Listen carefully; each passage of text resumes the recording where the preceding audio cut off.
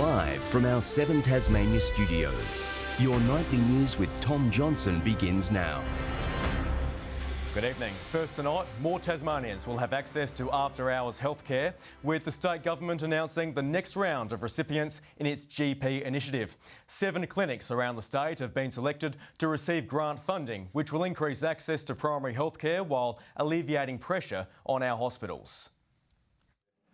The beating heart of our health system is set to get pumped up with a cash injection to extend GP services. The After Hours initiative is all about ensuring that there's more opportunity for people to access healthcare outside of hours.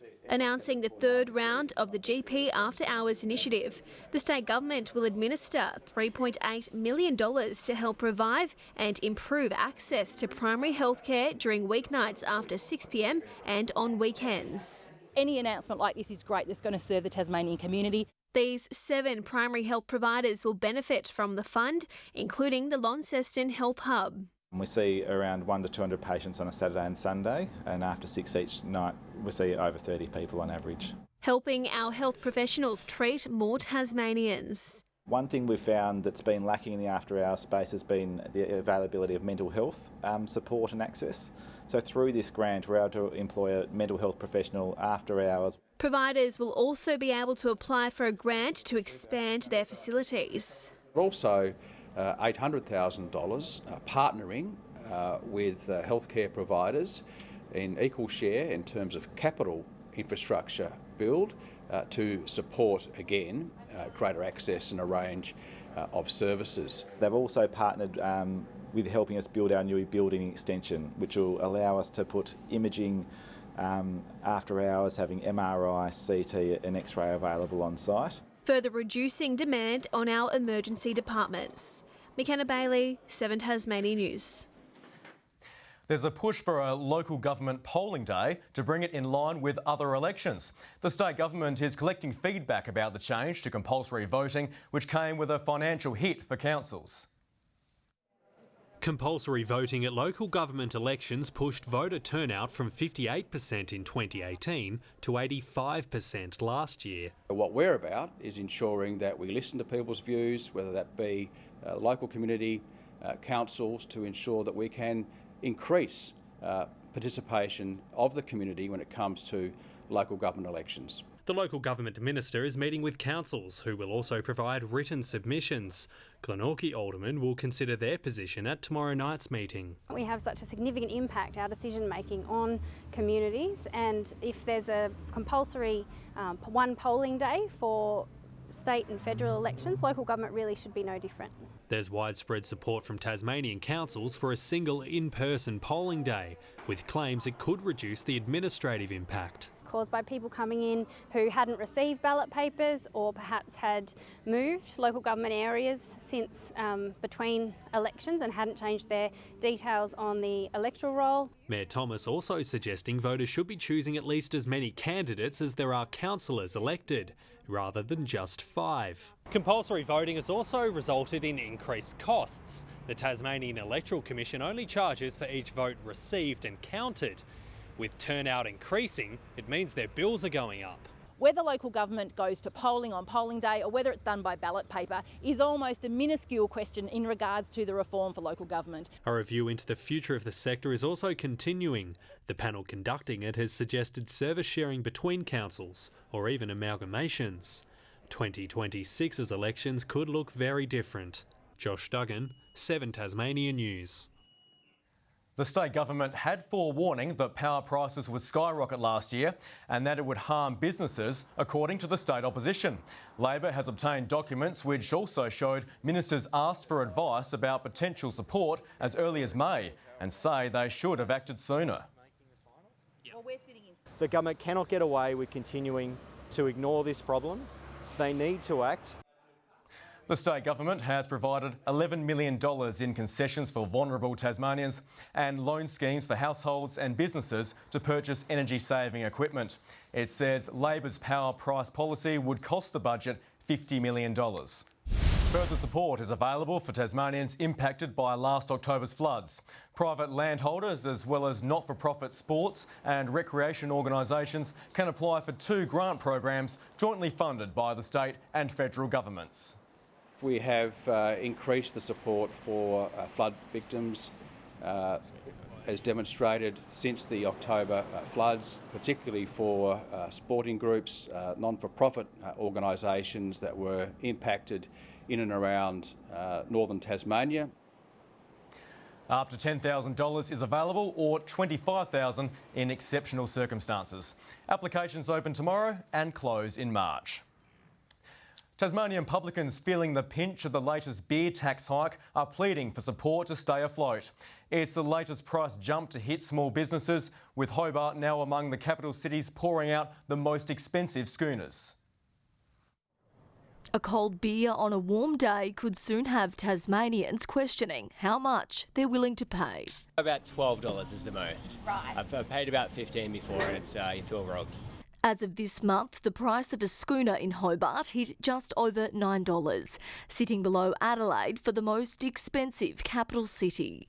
Definitely not something that you want to have to do is put the prices up, especially at our venue. Beer, I guess, it's sacred. It shouldn't be that kind of out-of-pocket price. With the state already battling some of the toughest cost of living pressures, fresh beer tax increases are another hit to the hip pocket of local business and their loyal customers. We need to have a look at this, and so we can survive. We have to sit here and put prices up, which is going to affect us, and we get blamed for the price of the beer.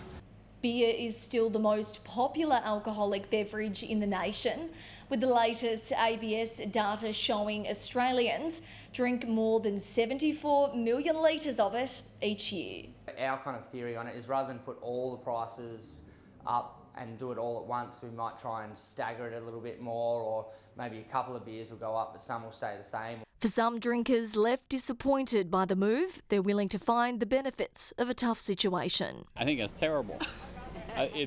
No one will get drunk. I guess that'd be the upside of it. Grace Evans, 7 Tasmania News. A group of novice sailors will have 10 days to learn the way of the seas and handle a tall ship. The STS Young Endeavour left Hobart this afternoon, setting sail on a 10-day journey around the Tasman Peninsula and up the east coast. We teach some navigation. Of course, we teach how to set and furl sails. And if you look at that foremast, how to climb the mast and to be able to set and claw up those square sails as well.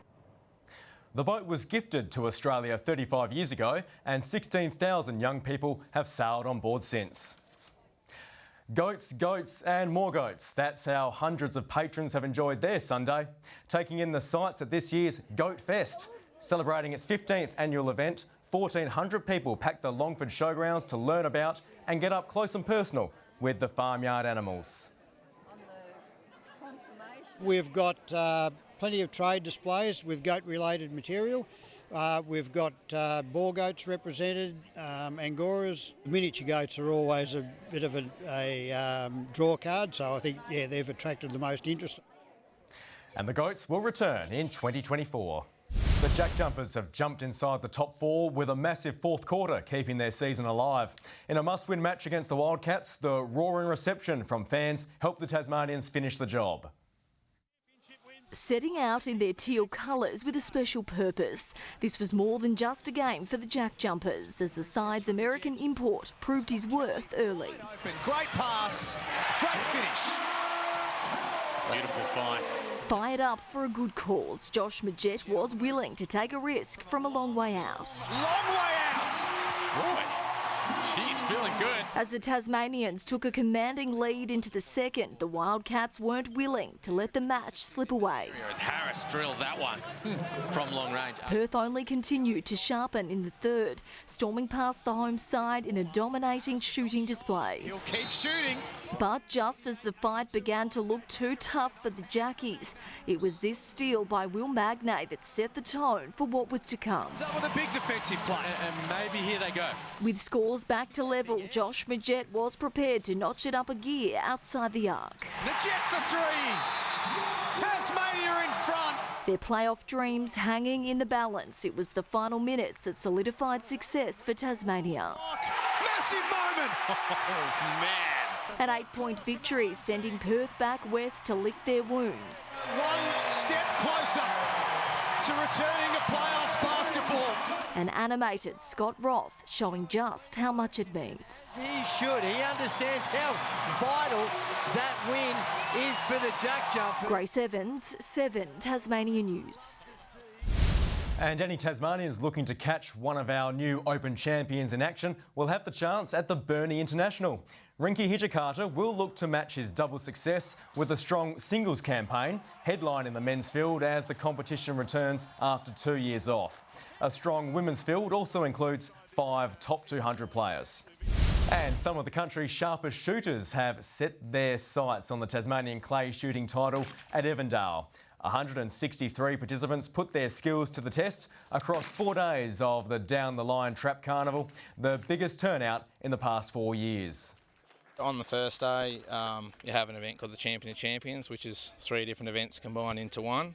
And so basically you have different grades and ladies and veterans and juniors. So it's good, everyone can compete equally. Don't miss and you win. No, you just got to, I don't know, keep it together, and every shot counts right from the first to the very last. You just got to hold it together and really give it 100%. The state's top shooters also vying for a spot in the Tasmanian team. 30 competitors have been selected and will travel to Wagga in March for Nationals. Good evening. Hobart and Launceston both reached 22 today, 23 for Devonport and Burnie 25. A top of 24 for Bushy Park, Grove 23, Low Head and Luncheon Hill both reached 22, 21 for King Island and Strawn, and a top of 19 for Layawini. The frontal cloud band over the northern and eastern parts of the state has now moved to the northeast, with scattered cloud over the west and far south. Further out, there's low cloud over the Bight associated with a high building there, and the frontal band to the west of Tasmania is weakening, while significant thunderstorms are lying over northern WA, the Northern Territory and Western Queensland. Tomorrow, a high remains over the Bight and extends towards the state, with a weak low also building to the east of Victoria. West to southwesterly winds reaching up to 15 knots in the west, tending more east to southeasterly for the north and east, with seas of 1 to 2 metres. Partly cloudy and 24 for Hobart tomorrow, 24 also for Dover, cloudy there, 28 for Ooze. Launceston 27, partly cloudy and 23 for Devonport, and Scottsdale cloudy and 25. Partly cloudy and 21 in Burnie, Strawn 22 and some cloud cover and 23 for Stanley. Cloudy and a top of 22 for St Helens and Swansea, a high of 26 for Ross. And tomorrow's UV sits at a very high 10 across the state. Looking ahead to the 3-day forecast now, possible showers about the west and south on Tuesday, fine elsewhere, 24 in Hobart and Swansea, Launceston 27. More showers about the west on Wednesday, extending to the southern and central districts in the morning, then to the east in the afternoon. And things will begin to cool down on Thursday, with showers more likely about the west and north, Burnie 15 and 17 in Launceston. Partly cloudy in Brisbane tomorrow, 27 for Sydney and Adelaide, Melbourne cloudy and 32 for Darwin. Right now in Hobart it's 19, Launceston 24, Devonport 22, and that's all the weather for now. Tom. Thank you very much for that, Victoria. Thank you so much, as always, for joining us. Kim is back tomorrow night. For now, enjoy your Sunday night. Bye for now.